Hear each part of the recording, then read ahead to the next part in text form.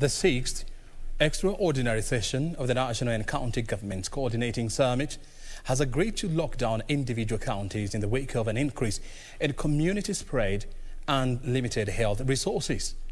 County of Governors Chair Wycliffe Oparanya pointed out 12 counties were yet to reach the minimum 300 bed capacity isolation beds, while 11 counties have less than 5 ICU beds and considered health workforce. The national and county governments met for the 6th extraordinary session at a time the country is recording a COVID-19 positivity rate of 16%. The bed occupancy of COVID-19 patients has also risen to 140%. COG Chair Wycliffe Oparanya revealing most counties do not have the capacity to handle the rising numbers of infections. The increased number of infections has strained the health systems in the counties.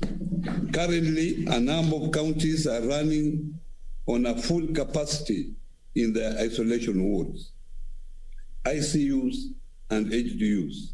Oparanya said though counties have continued to enhance their response mechanisms, the increased numbers have strained the health sector, with most hospitals in the counties operating on a full capacity and can no longer admit more patients.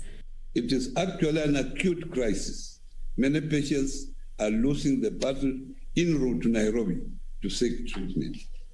We shall be asking that we re-examine the easing of restrictions and re-strategize on the containment measures in the wake of the emerging new increased infections and fatalities. Oparanya says the counties are headed to a breaking point, and if the issue is not addressed urgently, it will threaten the gains made in the fight against the pandemic.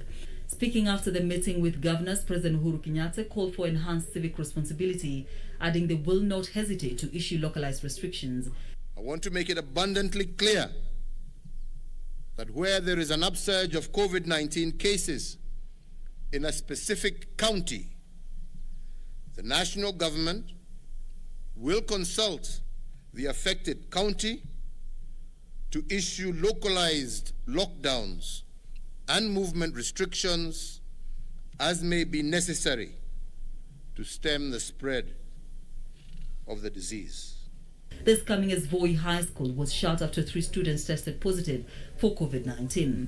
Hatujui nini kilitokea, lakini walimu jana waliweza kupimwa, lakini sisi tukaambiwa kwanza time za jioni kwa tunaweza ka for 3 days ndio turudi shuleni. Ni difficult, lakini tunafaa tujipe moyo na pia pale tukwa nyumbani tuendelee kusoma. Pia tuendelee kufanya revision, maana yake shuleni pia tulikuwa tunafanya more revision, but venye shule zimefungwa sasa hii pia pale nyumbani tuliweza kuambiwa kwa tusiende kulala.